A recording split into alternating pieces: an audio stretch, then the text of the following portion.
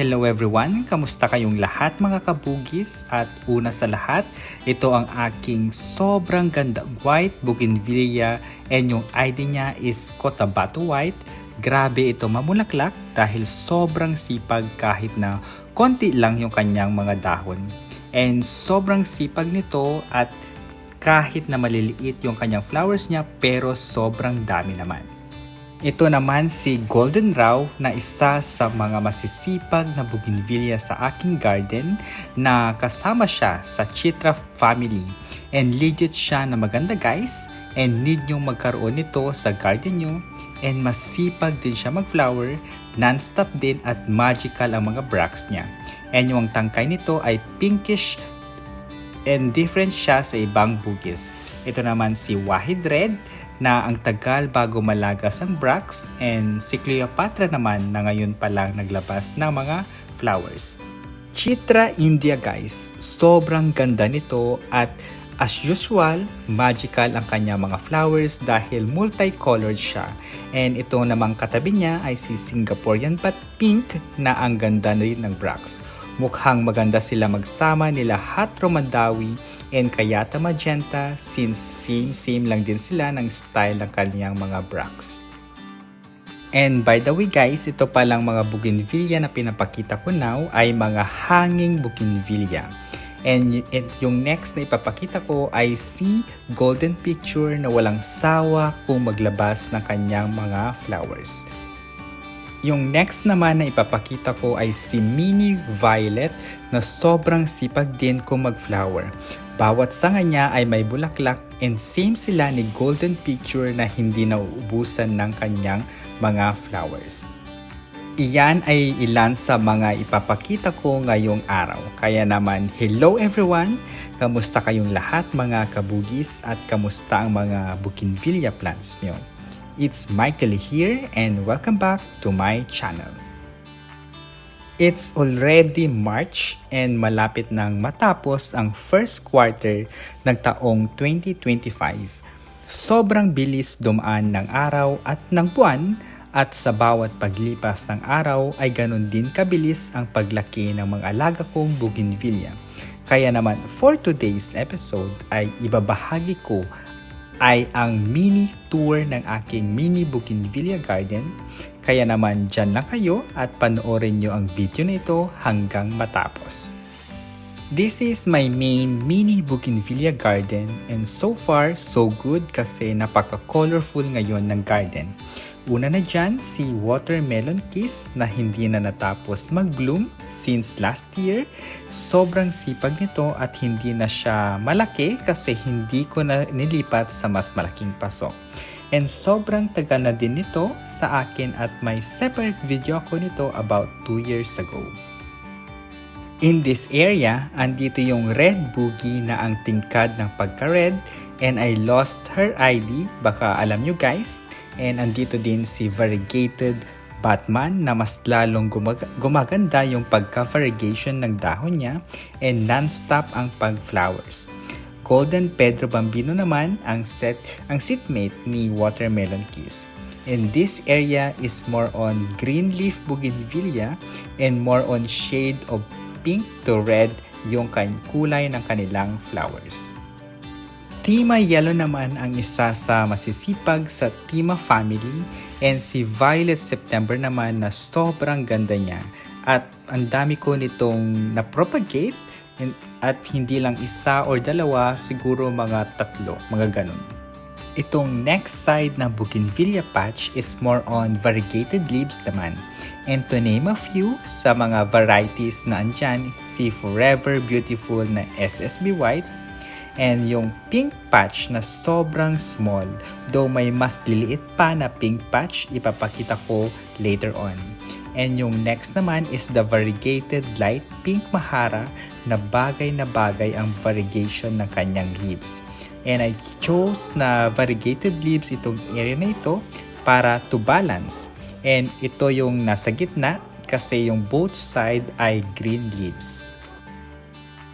In this area din, andyan si Red Dilima and Pink Dilima si Vera Orange Variegated, and si OC Gold Variegated.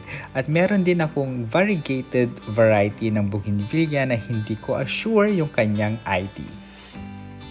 Though sa patch na ito ay may green leaf and they are Mona Lisa Yellow and Yellow Watermelon. Pinagsama ko sila sa iisang timba since same color lang din naman sila, and why not na pagsamahin. Isa sa mga napansin ko kay Mona Lisa Yellow is bloomer siya like California Gold na hitik kung maglabas ng flowers. Aside sa ganda ng yellow bracts ni Mona Lisa Yellow, yung dahon niya well, lahat naman ng Mona Lisa series distinct ang kanilang dahon na malaglossy and shiny. And I am talking to green leaf Mona Lisa ha, kasi yung variegated version hindi glossy like si Princess Borneo Variegated, si Black Mona Lisa, and si Taiwanese Girl. So itong next area is halo-halong kalamay na. And this area ay hindi masyadong naglabas ng flowers dahil hindi gaanong nasisikatan ng araw. At bago tayo magpatuloy, and while pinapakita ko sa inyo yung tour ng aking mini bougainvillea garden at baka sakaling napadpad ka sa channel ko, and if you happen to be new to my channel at hindi pa nakaka-subscribe, paki-click na ang subscribe button para maging updated ka sa latest at sa susunod na videos ko gaya ngayon about bougainvillea. And if nakasubscribe ka na, I would like to take this opportunity na magpasalamat sa aking mga viewers na matiyagang nanonood sa current at past videos ko, kasama na dyan yung mga shorts videos ko. Maraming salamat po, at lalong-lalo na sa mga subscribers ko na patuloy na sumusuporta sa aking channel. Thank you so much. Ang next naman ay ang aking pinakamamahal na si King Opal na maliit pa ang mga bracts, yung mga new bracts. And yung katabi niya is hindi ko alam yung ID kasi free lang ito, and sabi ni seller, Adarna daw o Adarna legit daw ito. Pero parang hindi naman kasi isang kulay lang ang nilabas niya.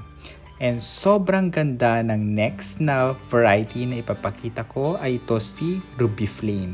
Kahit na green leaf lang siya, pero sobrang tingkad ng kulay ng kanyang bracts na at nakakaagaw pansin talaga. Si Red September naman na nagmamaganda, and remember guys, I have a video na kinalbo ko yung mga boogies, and isa siya doon sa mga kinalbo ko. And now, ang lash na niya at dumami pa ang kanyang mga flowers. And this is the view ng likod bahay na bougainvillea garden ko. And yung iba, wala pa rin talagang flowers. And yung iba ay nalagas na. And yung iba ay nagsisalabasan pa lang ng mga bagong mga bracts or flowers.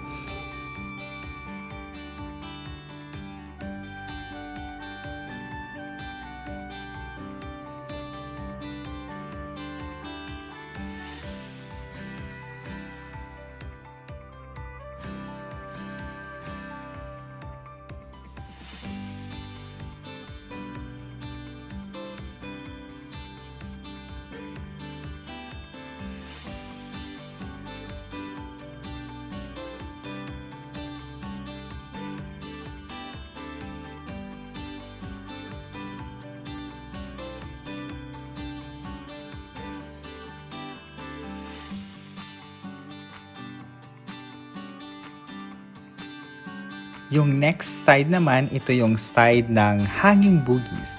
Ito si SSB Purple na may nakita akong 2 seeds sa kanya, and itry ko siyang itanim at baka sakaling tumubo at mabuhay.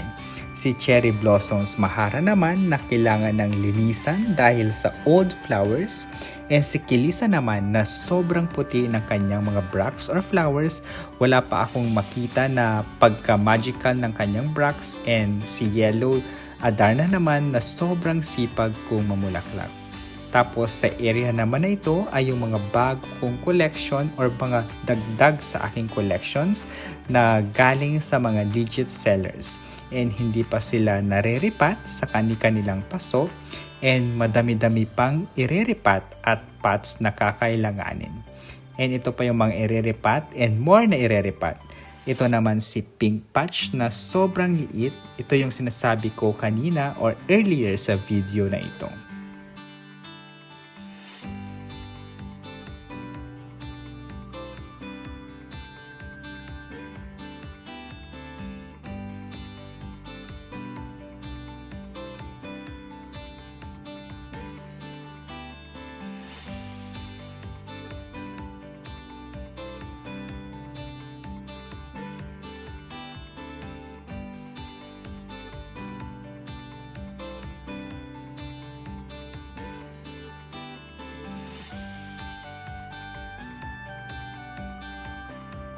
And ito pa ang ilan sa mga bagong bugis na ireripat ko.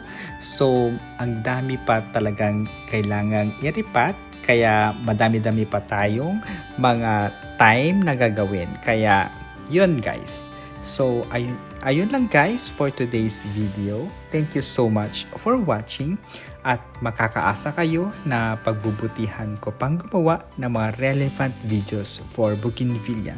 Kaya naman, don't forget to subscribe, stay safe and healthy, and we'll see you in my next videos. Bye-bye!